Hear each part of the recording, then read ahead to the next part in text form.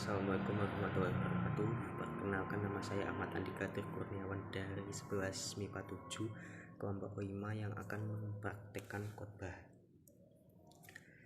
Assalamualaikum warahmatullahi wabarakatuh.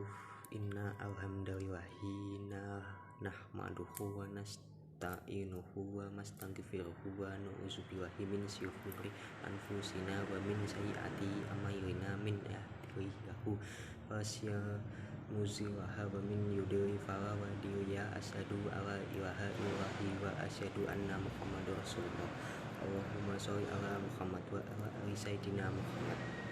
Jamaah yang dimuliakan Allah Subhanahu wa taala, pada kesempatan yang mulia ini kami selaku khatib mengajak kepada hadirin sekalian, marilah kita senantiasa meningkatkan keimanan dan ketakwaan kita kepada Allah Subhanahu wa taala. Takwa dalam arti kita senantiasa melibatkan Allah dalam setiap persoalan yang kita hadapi dengan cara berdoa, memohon pertolongan dan bermunajat kepadanya, sehingga akan menimbulkan ketentraman dan ketenangan dalam setiap kehidupan kita. Allah berfirman dalam Al-Quran surat Ali Imran ayat 102 yang artinya, hai orang-orang yang beriman, bertakwalah kepada Allah sebenar takwa kepadanya, dan janganlah sekali-kali kamu mati melainkan dalam keadaan beragama Islam. Dalam khutbah Jumat singkat ini, mari kita merenung sejenak tentang yang terjadi di sekitar kita saat ini, di mana kita sedang menjalani masa pandemi COVID-19 yang sudah berjalan lebih dari setahun. Sudah banyak orang yang meninggal. Tidak sedikit di antara mereka adalah saudara kita. Tiba-tiba sahabat kita meninggal dunia, siapa saja dan kapan saja ataupun di mana saja bisa meninggal dunia. Setiap yang bernyawa akan merasakan mati. Kematian adalah sesuatu yang pasti kita hadapi, sesuatu yang menjadi gerbang dari kehidupan dunia menuju kehidupan akhirat adalah kematian. Dalam surat Al-Baqarah ayat 28, Allah berfirman, kaifa takfuruna billahi wa kuntum amwatan fa ahyakum summa yumitukum summa yuhyikum summa inna ilaihi turja'un. Bagaimana kamu ingkar kepada Allah, padahal kamu tadinya mati, lalu Dia menghidupkan kamu, kemudian Dia mematikan kamu, lalu Dia menghidupkan kamu kembali, kemudian kepadanya lah kamu dikembalikan. Dalam tafsir Ibnu Katsir dijelaskan bahwa ayat ini menjelaskan akan kekuasaan Allah, dan sungguh aneh orang yang ingkar kepada Allah sementara manusia awalnya tiada, lalu Allah menjadikannya ada di muka bumi ini. Ayat tersebut menunjukkan bahwa kita semua pasti akan mati, dan kita semua pasti akan dibangkitkan kembali setelah kematian itu. Oleh karenanya kita harus mempersiapkan amal saleh sebagai bekal di akhirat kelak. Selain berusaha dengan segenap amal saleh untuk mencapai husnul khotimah, kita juga harus selalu berdoa agar Allah mewafatkan kita dalam keadaan husnul khotimah. Akhirnya semoga kita menjadi hamba Allah yang berhasil dalam mempersiapkan kehidupan kita, yang mampu meningkatkan keimanan dan ketakwaan kita kepada Allah Subhanahu wa taala, dan Allah menjadikan kita sebagai orang-orang yang wafat dalam keadaan husnul khotimah. Khutbah kedua. Allahumma sholli ala sayyidina Muhammad wa ala sayyidina Muhammad wa ala ali washabihi wa man tabaghi hadahu amma ba'du. Ya Allah, wahai Maha Melihat, Maha Agung lagi perkasa, Engkaulah yang Maha Mengetahui. Ampunilah segala dosa kami selama ini, ampunilah segala apapun masa lalu kami, tutupi seburuk apapun aib-aib kami. Ampunilah kami ya Allah, Bukakan lembaran-lembaran baru yang bersih menggantikan lembaran yang kelam masa lalu kami. Ya Allah, ampunilah dan selamatkanlah orang tua kami. Darah dagingnya melekat pada tubuh kami, ya Allah. Ampuni jika selama ini kami telah menzaliminya. Jadikan sisa umur kami menjadi anak yang tahu balas budi, ya Allah. Ya Allah, lindungi kami dari mati su'ul khitimah. Lindungi kami dari siksaan kuburmu. Ya Allah, ya Allah, satukanlah hati kami dalam ketaatan dan keistiqomahan dalam menjalankan kewajibanmu, ya Allah. Rabbana firlanna walazina isna sabanu khabil aminin wala ta'jal fi qulubina khiwali wazina amanu Rabbana innaka raufur rahim. Rabbana zalamna anfusina wa in lam taghfir lana lanakunanna minal khasirin. Wassalamualaikum warahmatullahi wabarakatuh.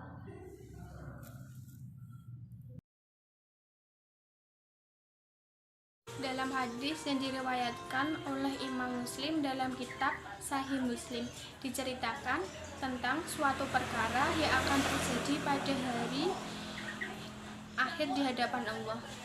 Nanti di hadapan Allah ada seorang hamba yang ditanya oleh Allah, "Apa yang telah kamu lakukan di dunia ini, wahai hambaku?" Ia menjawab, "Saya berjuang dan berperang demi Engkau, ya Allah, sehingga saya mati syahid." Allah berkata, "Dusta kamu, sebenarnya kamu berperang bukan karena aku, melainkan agar disebut orang yang berani. Kini kamu telah menyandang gelar tersebut." Kemudian Allah memerintahkan agar dia dicampakkan dan dilemparkan ke neraka. Kutipan di atas adalah contoh orang yang beribadah dengan tidak ikhlas dan mengharapkan selainnya. Kisah ini menjadi tamparan keras bagi kita yang masih sering beribadah dan melakukan sesuatu bukan karenanya. Semoga kita termasuk orang-orang yang Allah lindungi dari hal-hal seperti itu. Yang dirahmati oleh Allah, dalam beramal, ikhlas menjadi ukuran sebesar apa pahala yang kita dapat. Semakin ikhlas seseorang dalam beramal, semakin besar juga balasnya yang diterima. Semakin murni karena Allah dia melakukan sesuatu, maka semakin bernilai amalan itu di sisi Allah Subhanahu wa Ta'ala. Setelah kita memahami isi dari perilaku ikhlas, maka marilah kita mulai memupuk dan melatih diri kita untuk ikhlas dalam segala hal, sehingga apa yang telah Rasulullah siarkan dalam hadisnya tidak terjadi pada kita. Amin. Mungkin sekian dari saya. Semoga apa yang telah saya sampaikan bisa bermanfaat bagi kita semua. Terima kasih atas perhatiannya. Mohon maaf atas segala kekurangannya. Wabillahi taufiq wal hidayah. Wassalamualaikum warahmatullahi wabarakatuh.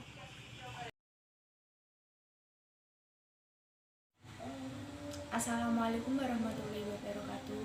Perkenalkan, nama saya Fatihatul Nuril Kuliah, nomor absen 18 dari kelas 11 MIPA 7.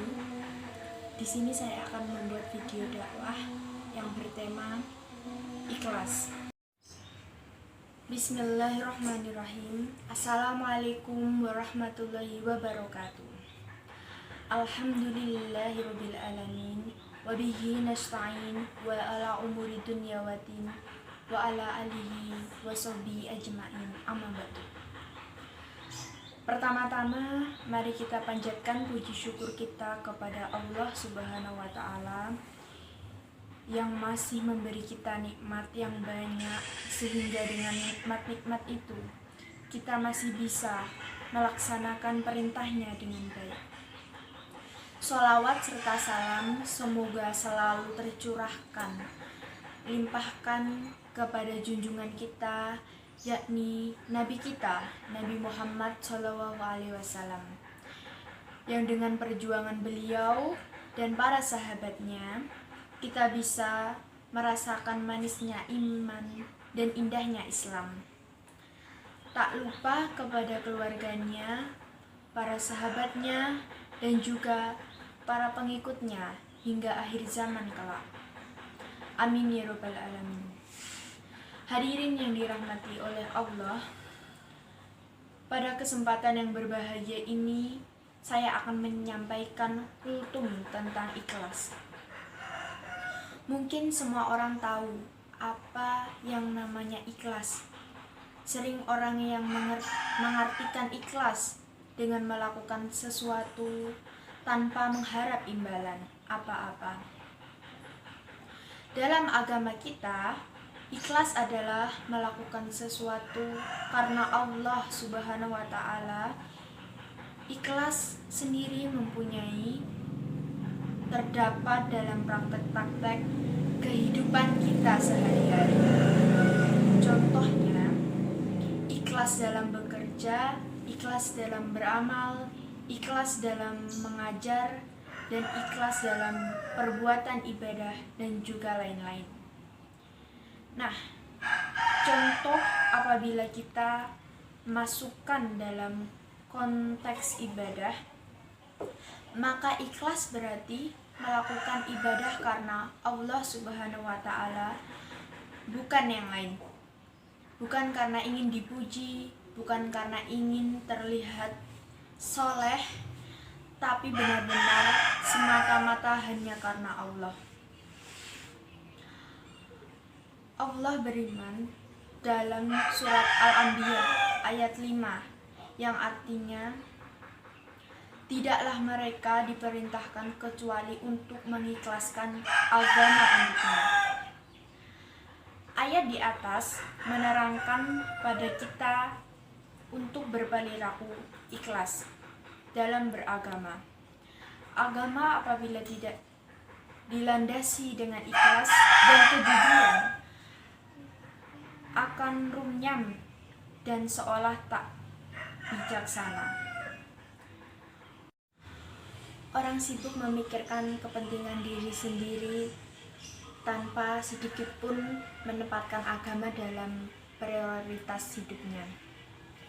Ikhlas dalam beragama menjadi sangat penting untuk pupuk dalam diri, karena dengan ikhlas semua urusan akan menjadi lebih terang dan mudah untuk dijalankan.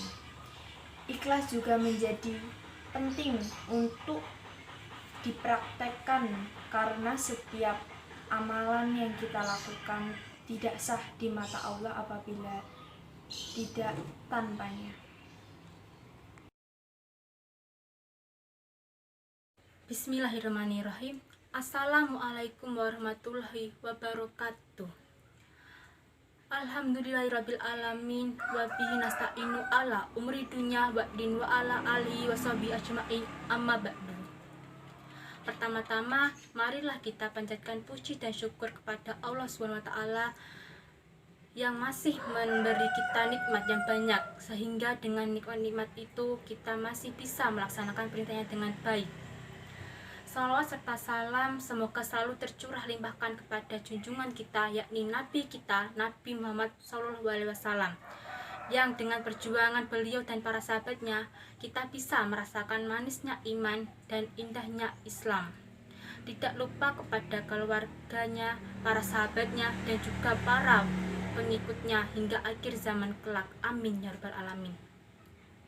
Hadirin yang dirahmati oleh Allah, pada kesempatan yang berbahagia ini, saya akan menyampaikan kultum tentang ikhlas.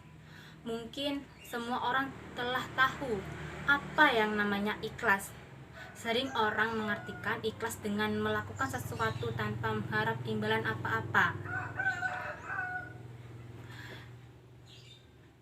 Ikhlas sendiri mempunyai terdapat dalam praktek-praktek kehidupan kita sehari-hari. Contohnya, ikhlas dalam bekerja, ikhlas dalam beramal, ikhlas dalam mengajar, ikhlas dalam beribadah, dan lain-lain.